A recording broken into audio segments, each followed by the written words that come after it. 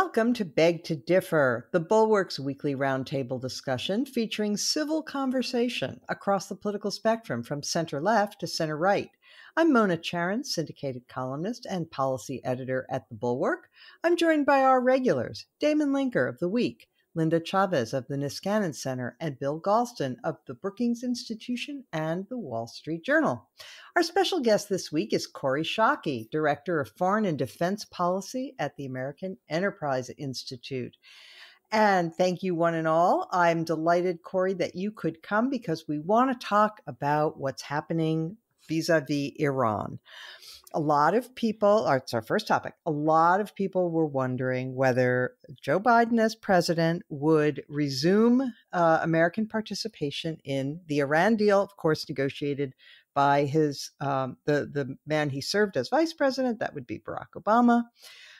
So, Kori, I want to come straight to you, but I'm going to set it up this way. Javad Zarif tweeted just today that he was the Iranian negotiator for the JCPOA. He issued this tweet. You may have seen it. Quote, JCPOA cannot be renegotiated, period. If 2021 is not 2015, it's not 1945 either. So let's change UN charter and remove the veto, so often abused by US. Let's stop posturing, which we both did 2003 to 2012 to no avail, and get down to implementing JCPOA, which we both actually signed on to, unquote. So first question for you, Kori, is we did both sign on to it. The U.S. pulled out of it under Trump, but Iran is not abiding by it anymore, right? Iran is not abiding by it anymore. Moreover, although President Biden telegraphed that the United States wanted to return to the JCPOA, it's not nearly going to be that easy. You know, the opaque leadership in Iran is trending even more, conservative's not the right word because I mean it in a pejorative sense when I'm talking about Iran, that they are even more reckless, even more risk prone, as is evidenced by them no longer abiding by the JCPOA. They had put the United States in a terrific position by abiding by it. And so I think we need to answer the question, what do the Iranians think they're doing, having given up the high ground on this? And my answer to it is that they think they can put near-term pressure on us to get a better deal than JCPOA and to get no linkage and no sunset clauses. And that just puts them at a great distance from not just the US, but the other parties to the JCPOA. What's your sense of where the Biden administration is on this? I mean, Joe Biden, the President Biden, fired missiles at a Iranian proxy last week. I guess, how do you interpret that? So military analysts, civilian analysts in the Defense Department too, they love the concept of reestablishing deterrence with Iran. And they think that letting ourselves be drawn into these tit for tat, they lob some missiles at us, we attack one of their targets, will somehow reestablish deterrence, by which they mean the Iranians will stop testing us. And I don't think that theory has been proven. In fact, I think it's been conclusively disproven. The Iranians are increasingly aggressive in attacking shipping in international waters, in working to undercut regional governments. And so I think that's a wrong frame of reference. The Biden administration was probably smart to do it this once to show that they weren't afraid to attack the Iranians, right? Because that was the criticism of the Obama administration, that they were so focused on the nuclear issue, they gave Iran a pass on all these other dangerous behaviors. So I think it was probably useful once, but I really like the perspective of Suzanne Maloney, an Iran expert at Brookings, who points out that we shouldn't allow the Iranians to draw us into a bilateral, conventional engagement in the region, and be bound by multilateral negotiations on the nuclear issue. We should have the other countries that care enough about Iran's behavior to be involved in the nuclear negotiations, fighting side by side with us when we retaliate for Iranian conventional or terrorism behavior in the region. I think that's a really smart way to approach it. So let me bring in our panel. Bill Galston, there was an interesting piece that ran in the Wall Street Journal, where you are also a contributor, by Martin Indyk, longtime Middle East hand, who basically argued that the Middle East isn't worth it anymore. He raised a number of points that are, I think, on a lot of people's minds, namely that we've been involved in the Middle East. We've been attempting to extricate ourselves, and it's not easy. But things have changed. I mean, it used to be that the reason we were concerned about the region in general was A, oil, and B, Israel. And oil has become a lot less important. That is, imported oil has become less important. We import oil more from Mexico than we do from Saudi Arabia now, and furthermore, we frack and make a lot of our own oil. And Israel doesn't seem to be as in need of protection as in the past. Seems pretty strong. So, what do you make of that argument? Do you think we should extricate ourselves from the Middle East? I'm tempted to deflect that question to Kori. Let me. You can if you want. Yeah, but fine. I will eventually. But I would say first of all, and I'm getting to be a nut on this subject. The foreign policy issue that will determine the course of the 21st century has nothing to do with the Middle East. It's China, to which we have given, I think, inadequate attention, and to which we are devoting a disproportionately small share of our forces, disproportionate to the threat, certainly, the growing threat. To the extent that there is a trade-off between continuing involvement in the Middle East and increasing involvement in the Pacific, I'm in favor of the latter versus the former. I am a little bit hesitant, however, to pull a full Indyk and pull the plug, if only because I would need to be persuaded that our allies can be as indifferent from a purely domestic standpoint to the flow of oil as we can afford to be, given recent technological developments in the United States, and more generally, whether we are prepared to endure the consequences of serious disruption in the world economy that might attend a breakdown of order in the Middle East after we withdrew entirely. When the British withdrew 50 years ago, we were there to take their place. If we withdraw, there's nobody. And that vacuum is going to be filled with people doing things we don't very much like.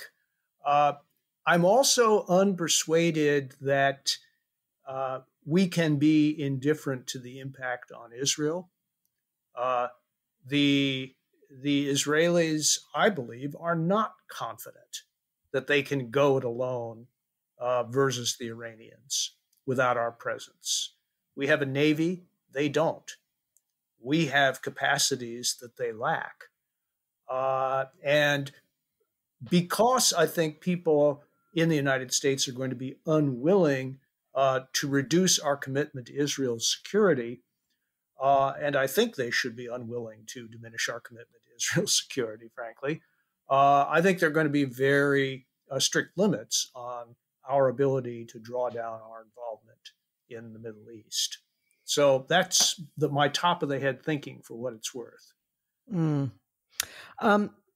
So Damon, when Obama negotiated JCPOA, he purposely did not submit it as a treaty to the Senate because he didn't think it could pass. And but what that meant was it was easily overturned by his successor. It was just an executive agreement, and so that's part of the nature of foreign policy. Especially foreign policy, but even much of domestic policy these days. When Congress doesn't get involved, we have this pendulum swinging kind of wildly. Where do you come out, though, on whether the Biden administration should pursue a renewed deal with Iran, or just kind of do the more of what the Trump administration was doing, which is apply pressure and see what happens? Yes, this is why I much prefer to be a pundit than an actual statesman, because, geez, that sounds really hard. All of it's hard. Everything Kori was talking about, and Bill. I am perhaps slightly more inclined than Bill to sympathy toward the Martin Indyk position.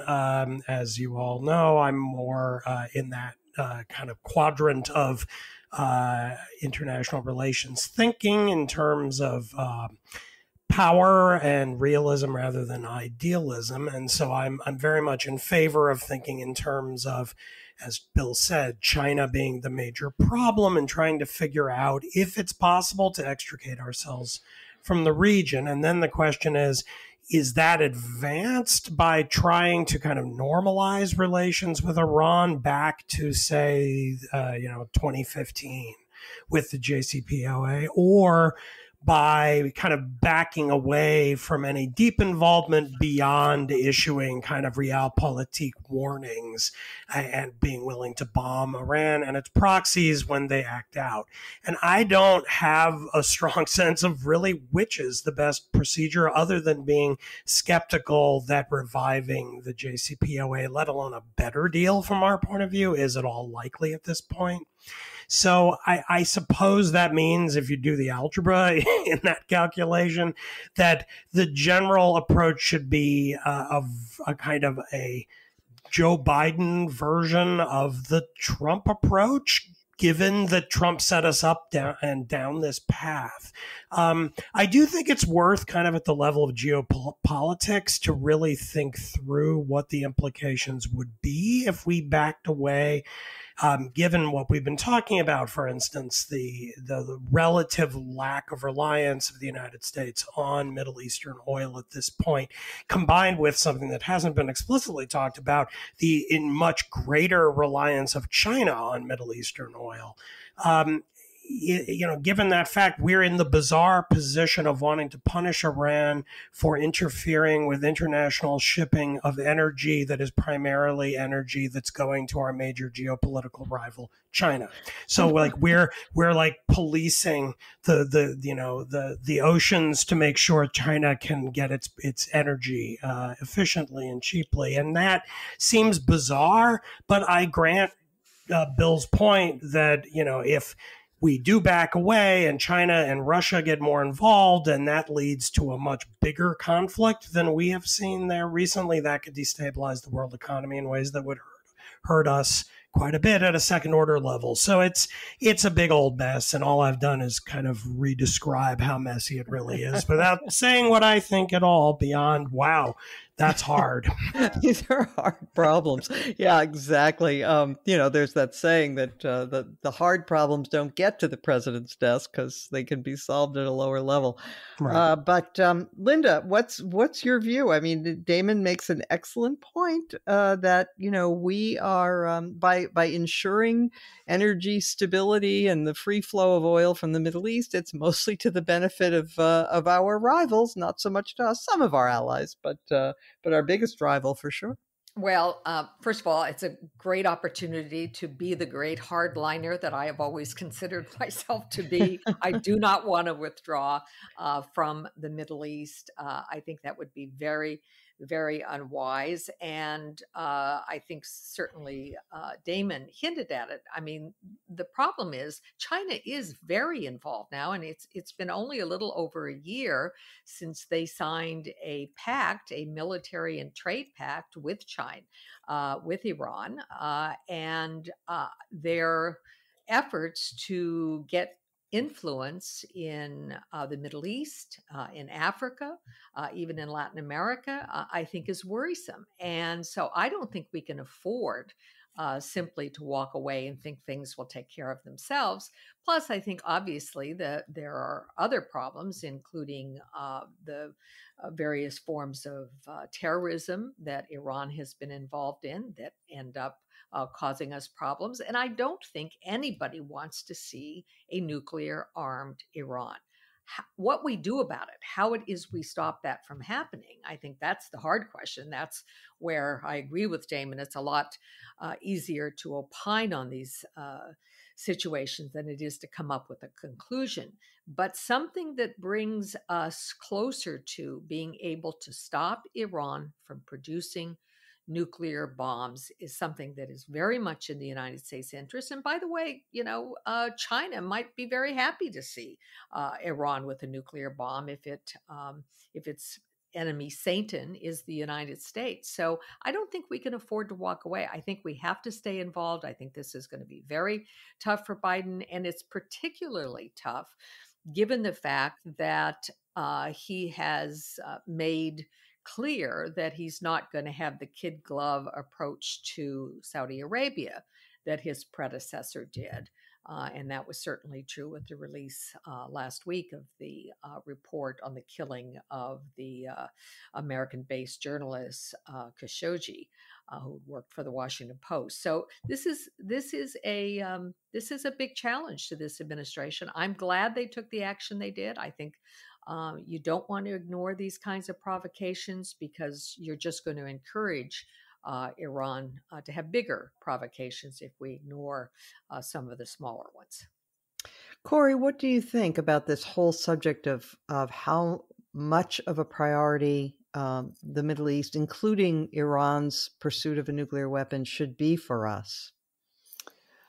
I agree with Bill Galston that we have blown it into bigger proportions than it should be, given the other challenges that we're facing, that we have a tendency to over-militarize our response to the problems and to invest too little in sharing the burden with others on it. And the best thing the Trump administration did was the Abraham Accords that recognized and aligned several Gulf states with Israel. I mean, the shock to see the UAE ambassador speaking Hebrew in Jerusalem and to see Israeli tourists all over the Gulf is really exciting. That's a possibility I think I wasn't creative enough to believe was possible. And it really is sinking its roots. And one of the many advantages of the Abraham Accords is that if you have cooperation between the states of the Gulf and Israel, you have much, much less need for American military involvement to constrain Iran, because they're Saudi Arabia, the UAE, a couple of the other Gulf states, Israel, Jordan, they all have a strong common interest in strangling Iran's current abilities to destabilize the region. And they have a lot of capability to do that. So I don't think the trade-offs are quite as stark as they sounded in Bill's description of diminishing American involvement in the region, because the Trump administration really did set up the United States to be in a position to do less. And the second thing is the depth of the relationship between the United States and the government of Iraq now is in a really good place. And so we have a sustainable relationship there that I think the early indications from the Biden administration are that they are rethinking the rapid rush toward the exits, both in Afghanistan and in Iraq/Syria, in ways that will help stabilize that piece of the equation as well. So I do think the possibility exists to be less invested without violating that Chavez rule of not walking away from the region and acknowledging that we will have continuing interests there that need a stabilizing hand on the tiller, even if they require less military engagement. I think we'll move on to our next topic because the first one really is a very, very long discussion, and we could go on all day about it. But I'm very eager, though, to get to this essay. Well, it was an interview, actually, that ran this week in New York Magazine with David Shore, who is an election analyst, a lefty, progressive guy, but who I think presents some data, having done a deep dive into the exit polling and the various panels and various other data that have come out since November of 2020. And he comes to some really interesting conclusions. So, Linda, I'm going to start with you because one of the really interesting data points was that support, which we've talked about a little bit in this on our podcast, but he goes into it more. That one of the things that cost the Democratic Party dearly in 2020 was that the defund the police and the socialism argument really hurt among Hispanics. They lost 8 to 9% and as much as 14% in Florida among Hispanic voters after the defund the police chant started showing up at protests over the summer. And they have lost as possibly as much as 5 percentage points among Asians, although the jury is still out since so many Asians are from California and they haven't had a chance to fully analyze that data. But that's absolutely right. And I found this article one of the smartest that I have read on the Hispanic vote. And as you know, I've been writing about Hispanics and their politics for over 30 years. This was a really good analysis. And I think the thing that I found most interesting was the shift over the issue of the civil unrest that we experienced last summer. And I think we talked in the show that this was going to have an influence on voters. I think it had an influence on non-Hispanic whites as well. But Hispanics, I think, often live in those places that were hit by the kind of violence that we saw in some of the demonstrations last year. And I think it hit them hard. And they didn't like it. They don't really have the same kind of almost visceral reaction to police brutality and violence in their communities that you often see in African American communities across the country. Police, I think, are not viewed as warily. Police that are there to enforce criminal laws as opposed to, for example, immigration laws.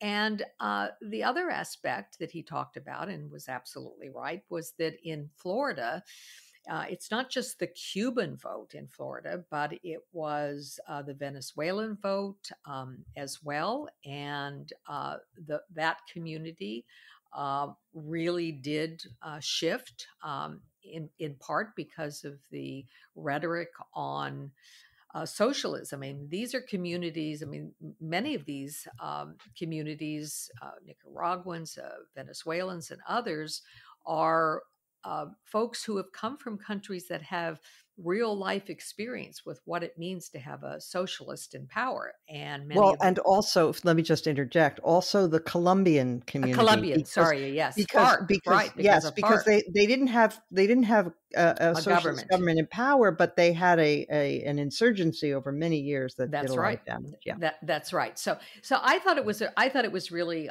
terrific, and I thought the analysis was very smart across a variety of issues, not just on the Hispanic vote, but also on some of the cultural issues. He didn't talk about it quite in that way, but when you saw that more educated whites tend to be actually far more left wing in their points of view, even on things having to do with racial justice, than members of Black and Hispanic communities are.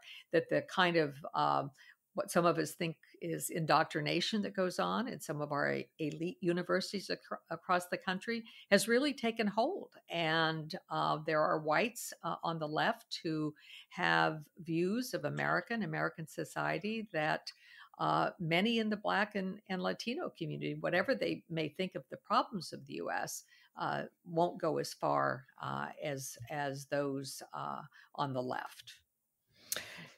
Damon, I'm so in love with this interview. I practically wish I could just read it out because it was so interesting. But here's one quote. You respond as you like. Quote, roughly the same proportion of African American, Hispanic, and white voters identify as conservative. Would you have thought that? I wouldn't have. And then he goes on to say most voters are not liberal. Right. I mean, I guess I'm surprised by that, but I shouldn't be, since the rates of people who say they're conservative aren't incredibly high. It's fairly, very roughly distributed. Higher than those who call themselves liberals. Correct, but it's still usually in like the mid 30s, so it's not like it's like 50%, which really that's right. That's right, true. But yeah, in general, I mean, I've seen a lot of data over the last year or so showing that when it comes to issues of policing and crime and related issues, guns, that white liberals are consistently quite a bit higher in the left wing direction than Blacks and Hispanics. And the Blacks and Hispanics are much more often the victim of such crime and the violence. And so that creates a very, the setting for lots of interesting and bizarre kind of psychologizing about what's going on among white liberals and why they are sort of outdoing the people who kind of have the most skin in the game on this. So it's an interesting question. I think that I agree that it was a fabulous interview with David Shore, but it's kind of funny. The exact same day that the Shore interview appeared, Matthew Iglesias, whose Substack blog I have plugged before on the podcast, had a very similar complimentary piece that was also very, very good. Yes. And it concluded with some concrete suggestions about how Democrats can more effectively win elections, which he claims if you on the left, which he includes himself in, believe that the contemporary Republican Party is pathological and poses certain dangers to American democracy because of voter suppression and other things, then, and corruption and so forth, then you should really want to win these elections by the widest possible margins. Why not do a few simple things? And he lists some of them, and it's funny only because it is so darn obvious. Yeah. So, for instance, say you're pro-choice, but you want to go back to safe, legal, and rare. Say you think it's dumb that they're putting warning labels on old TV shows like The Muppets. Just let people watch stuff. Mm-hmm. Say you don't think it's fair to call people racist when they worry about crime or illegal immigration. These are things lots of folks worry about, and the government owes them solutions. And then my favorite, in italics, especially if you are Vice President Kamala Harris, a former elected official from San Francisco, say that canceling Abraham Lincoln while keeping the city's schools closed is the kind of dumb crap that makes people think Democrats can't govern, and you're mad about it. Yeah. And there are others too. It's a great list. And it's so obvious. It's kind of almost amusing to highlight it, but but like, notice that very few of those things require much of a sacrifice from Democrats on large parts of its agenda, what the party would like to accomplish. It's merely de-escalating the most polarizing aspects of a certain kind of cultural leftism that really just feeds into kind of the Trumpist kind of persona and agenda. And as you see from the David Shore analysis as well, it ended up hurting the Democrats in the election and boosting Trump far more than we might have expected otherwise. So it seems like a no-brainer to me. Bill, one of the things about this that really almost makes you laugh is that, it must make people it must make Ann Coulter's head explode to reflect on the fact that Hispanic voters are moving toward the Republican Party in part because of immigration issues. So here's another quote from the piece. In test after test that we've done with Hispanic voters, talking about immigration commonly sparks backlash. Asking voters whether they lean toward Biden and Trump and then emphasizing the Democratic position on immigration often caused Biden's share of support among Latino respondents to decline. Meanwhile, Democratic messaging about investing in schools and jobs tended to move Latino voters away from Trump, unquote. Now, there is a whole section of the Republican Party and conservative media that has been, pounding this drum that we have to stop those Latinos and Hispanics from immigrating to the United States because they're just going to vote Democrat and that's going to be the end of everything. I mean, it is ironic, isn't it? It is indeed. So it turns out that both sides of the great Republican contest, over the autopsy after 2012 were wrong. Exactly. Right? Rance Priebus and company, were right to think that Republicans needed to expand their appeal, particularly to Latinos, but wrong to believe that, in effect, joining forces with Democrats was the only way of doing that. And then the people on the other side, as you say, were dead wrong about the impact of the immigration issue on Latinos. So go figure. I think this has been a big surprise to everyone, with the possible exception of Linda, who's been actually studying this group for decades. But let me pull out another piece of the interview that particularly struck me because it's very consistent with the line of research that I've been pursuing for many years now on the rise of conservative populism in Western democracies, and that is education as the new divider. And it turns out that education, higher education in particular, college education, not only expands economic opportunities, it also has the effect of putting a quite distinctive cultural stance on people. The more education you have, on average, the less likely you are to endorse traditional or conservative views on social issues, and vice versa. So one of the big takeaways for me from the Shore piece is that Republicans have a real chance to become a working class party across lines of race and ethnicity.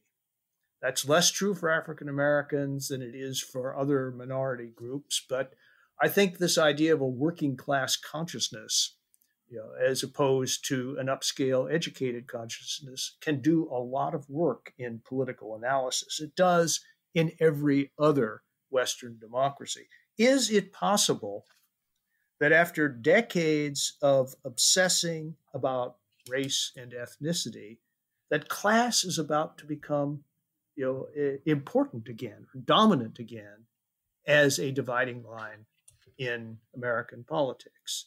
That would be Back to the Future. The new element is that education is the class marker. Kori, for, I don't know, decades now, we've been hearing political prognostications based on the idea that we are rapidly becoming a majority minority country, and that this will spell doom for Republicans who rely way too much on white voters who are a shrinking share of the electorate and so forth.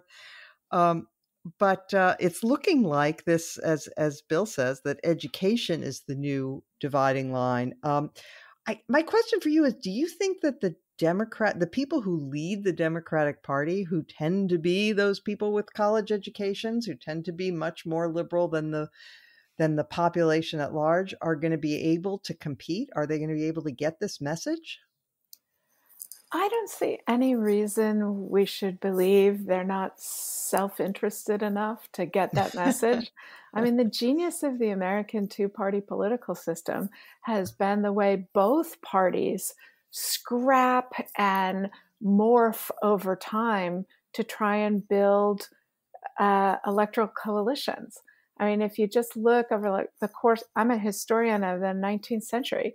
If you look at the way American political parties swapped substantive positions that were ostensibly the core of their identities over the course of 100 years, it has everything to do with people being smart enough to think they had to reposition themselves to be electable. And I don't see any reason to believe that dynamic will fail us now, either on my Republican side of the line or for my sister's political party.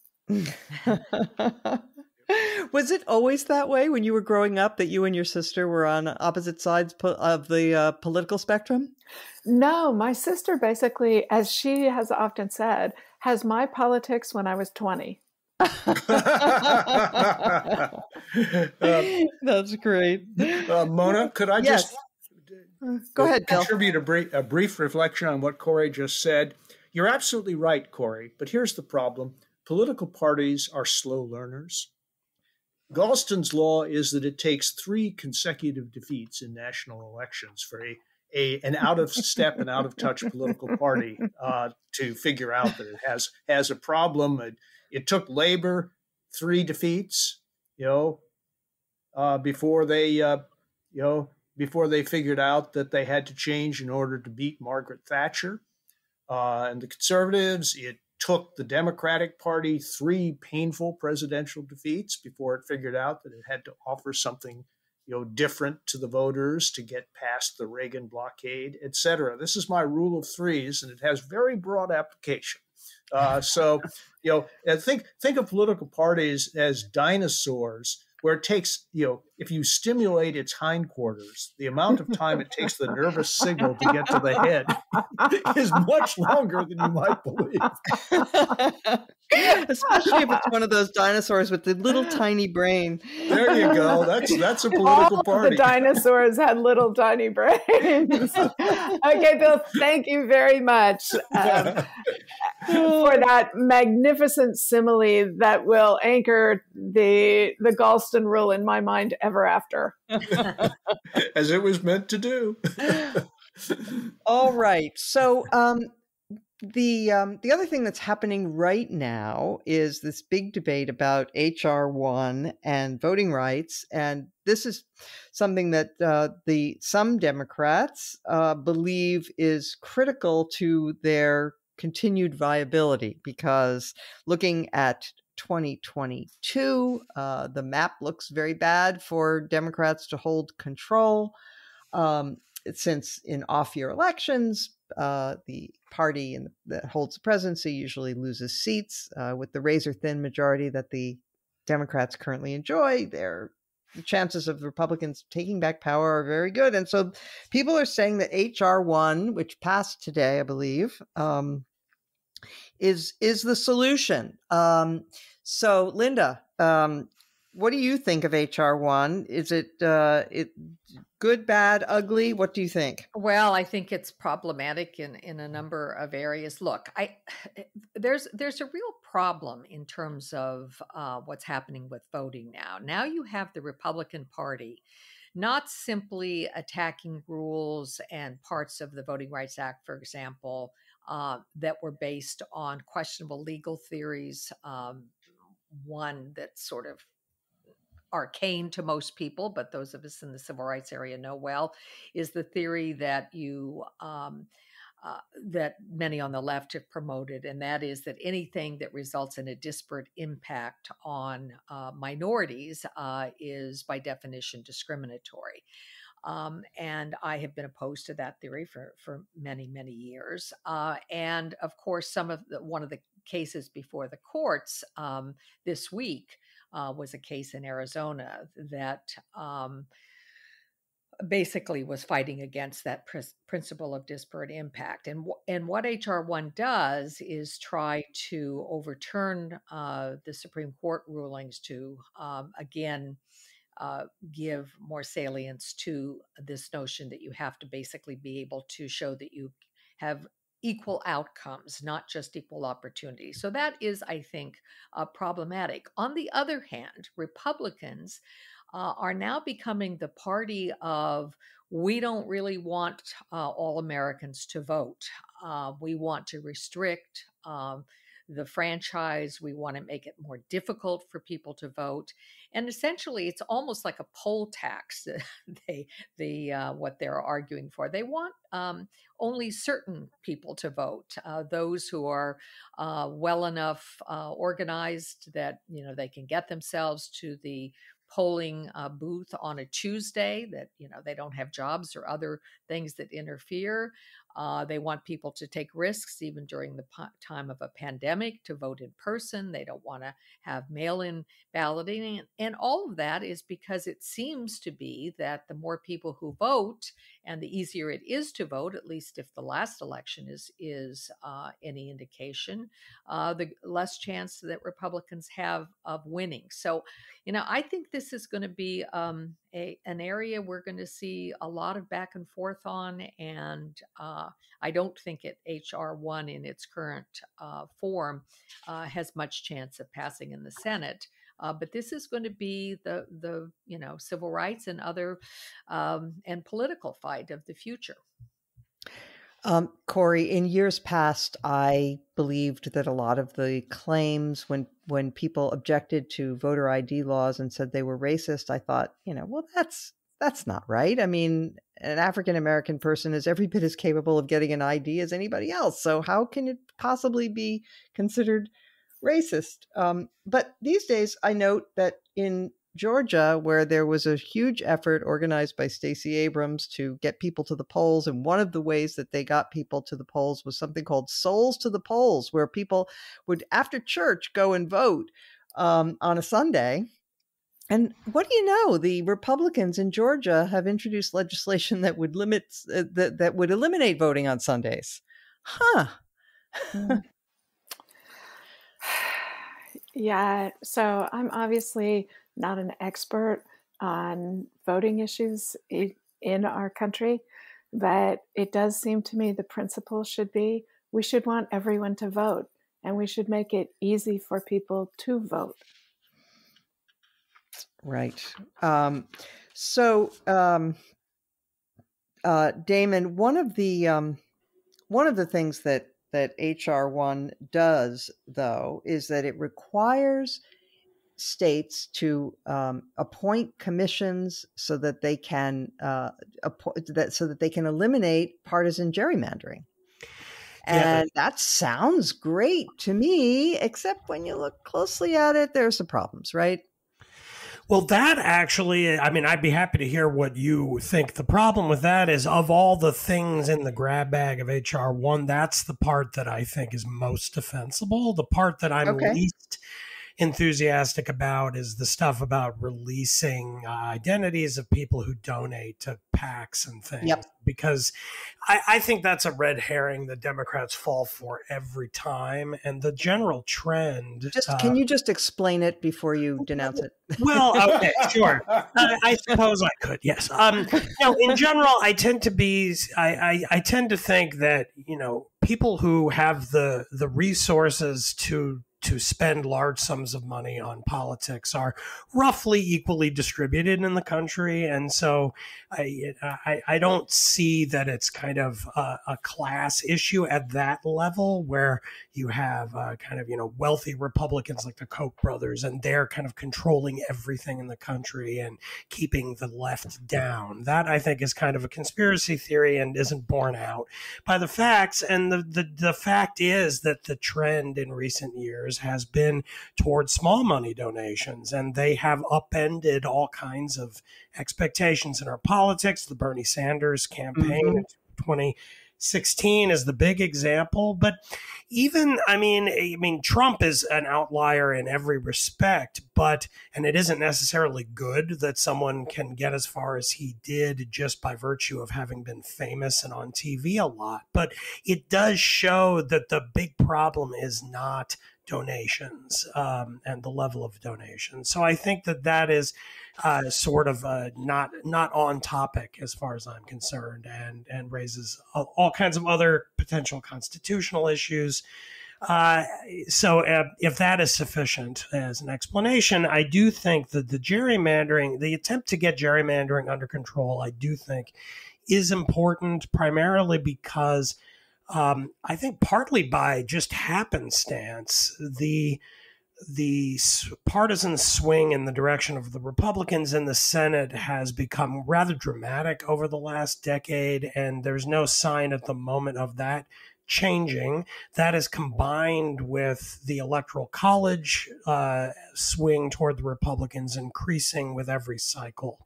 And so you then have two major institutions of American democracy that kind of have their finger on the scale, giving an advantage to Republicans and allowing them to win political power while not winning majorities or even pluralities in some cases.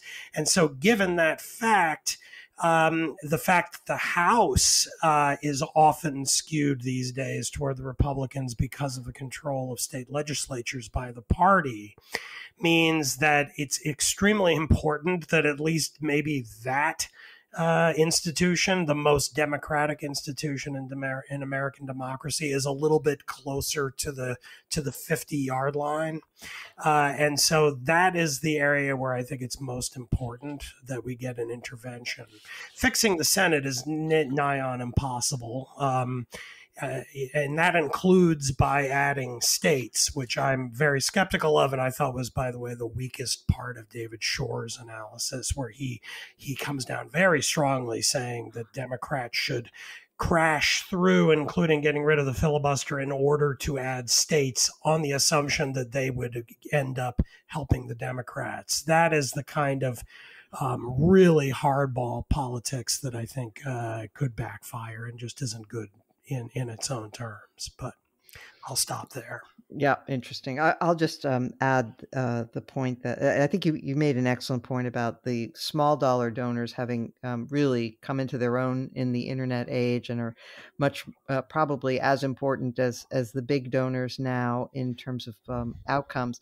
But the other argument that forcing donors to be revealed that people make is that there are times when people want confidentiality when they make a political contribution, and it could be a sensitive thing. And, for example, back in the 1960s, there were people who wanted to donate to the NAACP, for example, or somebody, a politician who was affiliated with the NAACP and didn't necessarily feel comfortable with their name in the paper because there was the real chance of a backlash. And we certainly see that the possibility in our current environment where that could be true too. So yeah, certainly. And I would just add that in the Washington Post this week, a couple of people from the ACLU had an op-ed making that exact point from a left-wing position. Yeah, Again, saying, people who want to donate to, pro-immigration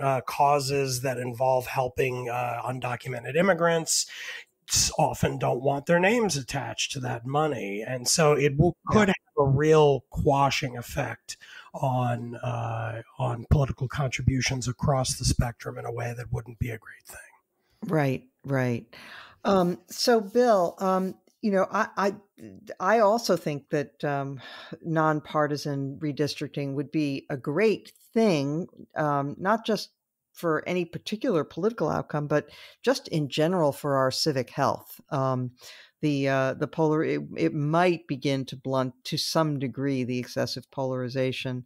I mean, just for example, it is the case that the House, which is heavily gerrymandered, is far more extreme and partisan and crazy than the Senate, where senators have to appeal to the whole state. You can't gerrymander a state. So anyway, it's great. The only thing is that this bill, this could be worked out in conference if it were ever even had a chance to pass. But the way it's structured, it's kind of heavy-handed. Like, for example, if the state doesn't come up with a commission in the proper amount of time, then it would kick over to a 3-judge panel, and the panel would then be in charge of drawing the districts. I'm not sure that's even constitutional. And any complaints or challenges would have to be filed in the federal district court in Washington, D.C., not in their local courts. Oh, where to begin? Well, first of all, Mona, I think you articulated at the beginning of your conversation with Dana a radical proposition that could change American politics as we know it. You said, before you denounce it, explain it. Do you realize what that would do to American political discourse? If everybody had to follow that rule, it would shut just about everybody up, except That's maybe just Ezra. Crazy enough to work, Right? Just except Ezra Klein, maybe who can explain everything to anybody. But look, let me put on my political scientist's hat for a minute. Nonpartisan gerrymandering would do much less to reduce political polarization than most people imagine, for a very simple, sad reason that we've talked a lot about in other connections, namely that people have sorted themselves out geographically, right? So, and that nobody changes county lines, not very often, but the number of supermajority counties that give 60% or more of their votes to one political party have doubled as a share of all counties in the past 30 years. Nobody's changed the boundaries of the states, but the red states are much redder than they used to be, and the blue states are much bluer. And there are many fewer, quote unquote, swing states. I mean, I found in 1960, a memorably close election, 37 states out of the 50 could have been settled with a swing of 5 percentage points or less in one direction or the other, right? Virtually every state was a swing state back then. And in order to create truly competitive districts in most states, you would have to gerrymander for competition. You would have to take urban areas and their suburbs and exurbs and turn it into a big pie and cut slices from that pie, right? Which would break up natural neighborhoods and contiguity. That might be good. Well, it might be good, but the point I'm making is that given the geographical sorting out that has taken place, in order to have a big impact on competitive districts, creating more swing districts and fewer districts that are in the bag for one party or another. You couldn't just follow natural boundaries, respect communities with a shared history. You would have to gerrymander against the existing geography of the country, not with it, right? And so that's, so that is, I have many other things to say about the voting issue, but in the interest of time, I'll just leave it there. I would be enthusiastic about cramming nonpartisan voting districts down the craws of resisting states if the Constitution permitted it, which is not at all clear to me. If I thought it was going to make the kind of difference that its advocates think it would, but I think the evidence is that it wouldn't. Okay, very, very interesting. All right, let us now turn to our final segment where we highlight or lowlight something from the previous week. Linda, let's start with you. Okay, well, I want to highlight an op-ed in today's, I think it was the New York Times. We expect 300,000 fewer births than usual this year. It was a piece written by Melissa Kearney and Philip Levine. They are economics professors at University of Maryland and Wellesley College, respectively. And what it talks about is the effect that COVID and its effect on the economy has had on births this year. And of course, we've had a declining birth rate in the United States now going back more than a decade, and it is actually rather severe and one that is going to impact our economy going forward. And so they came up with the data. It's not complete yet, but it looks like if it stays on trend, that about 300,000 fewer babies will be born during this year. The first numbers started coming in December, that we could see the effects of the 9 months of people worrying about or being locked down because of COVID. And one other thing that that the authors mentioned, which I found interesting, was that one of the reasons that people are having fewer babies is not just their worries about the economy or losing their jobs or what they're going to do for childcare and schooling, but because people are not hooking up much during this era. People are not meeting potential partners. There's a lot less sex, apparently, going on, at least between people who are already not members of their not having members of couples. I'm getting my words crossed. And that is in the New York Times, by the way, today.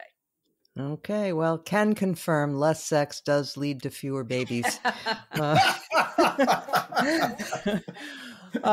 Bill. I'd like to read, the assembled company and, of course, our faithful listeners, a sequence of numbers. 1.3, 2.0, 3.8, 9.1, 15.9. That is not the sequence of Amazon's quarterly profits over time. That is a sequence of the share of the different cohorts who make up our population who identify as L, G, B, or T. So for baby boomers, it's 2%. For Gen Zs, it's 16%. These numbers are courtesy of the most recent Gallup survey released yesterday. This raises a fascinating analytical question. Is it the case that Gen Z is simply revealing a truth that was concealed, or forced into the closet for generations, if not millennia? Or is there something about the current culture that leads the youngest adults in our society, those born between 1997 and 2002, to identify as not straight or heterosexual in numbers that would have been unthinkable previously? I don't have an answer to that question, but this survey sure tees up that question. It does. And I would just add that it's a worldwide phenomenon. It's not limited to the United States. Damon.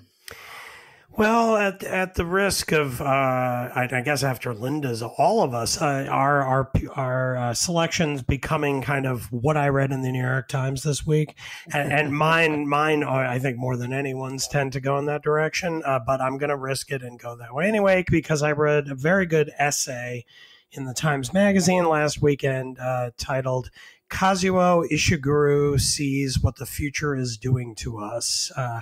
As listeners may know, Ishiguro is the Nobel Prize-winning novelist, author of Remains of the Day and Never Let Me Go. Those are my two favorite novels of his. And he has a new one coming out right about now. I think mine arrived yesterday in the mail, titled Clara and the Sun. And this is a feature, a profile of Ishiguro, and it's very nicely written. I disagreed with some things in it, but it's very thoughtful and worth engaging with. And it presents a portrait of him as a writer, really struggling very hard to make sense of our technological era and kind of observing and trying to grapple with the meaning of human fragility in our time, and the contours of love and other things, conflict. So I recommend the essay. It was in last Sunday's New York Times Magazine. So if you Google Ishiguro in the Times Magazine, it will come up. The author was Giles Harvey. Excellent. Kori, do you have something for us? We don't require our guests to do this part of the show, but if you have something you'd like to mention, we'd love to hear it. I do. My AEI colleague, Hal Brands, who writes a column in Bloomberg, did a 5-part or 6-part series on the allies of the United States who will have crucial decisions to make vis-a-vis China in the coming couple of years, and arguing, so Djibouti was one, Germany was one, India was one, and it raised for me the really important point that we often overlook, which is we take for granted that alliances are one of America's strategic advantages over China. And we underestimate how difficult the choice of maintaining or deepening those relationships are going to be. I thought it was a really smart, fresh look at a problem that we tend to assume away. And is that on the AEI website? It is on the AEI website. Yes. Okay, great. Thank you. Well, it occurs to me only now that I probably should have done my final item in a sort of Dr. Seussian rhyme to pay homage to that story this week, but I didn't think of it in time. So I'm just going to mention the piece by James Hohmann in the Washington Post about Mario Cuomo, a really smart take where he just pointed out that Cuomo's flaws, which are very evident in the last few weeks, where he's been accused of having tried to cover up the number of deaths from COVID in his state, and where he is now the subject of several very credible Me Too complaints. And so forth. And he's been accused of bullying by one of the Democratic members of the Assembly in New York State and so forth. Okay, what Hohmann says is his flaws were not news. I mean, he has been the subject of ethics investigations in the past. But there was such an appetite on the part of people on the left and liberals, people who were anti-Trump, to find a hero to use as a foil, to use as contrast to Trump, that they overlooked all of that. And the way he was lionized, the way he was, I think he won an Emmy for his press conferences about the COVID virus. It really was an example of people losing their heads and thinking, well, we're just going to fall in love with somebody because he's the anti-Trump. And, it's just a good reminder to keep your wits about you and don't don't take anything at face value. And especially, as the old journalism line goes, if your mother tells you the sky is blue, check it. So with that, we thank Kori Schake for joining us today. We thank our listeners. Please rate and review us. You can reach me at by going onto the Bulwark and looking for my work, and you'll find my email address, which is out there. And I cannot answer every email, but I do read them all. So we always appreciate feedback, suggestions, even criticisms if they're kindly put. And thank you all. We will be back next week as every week.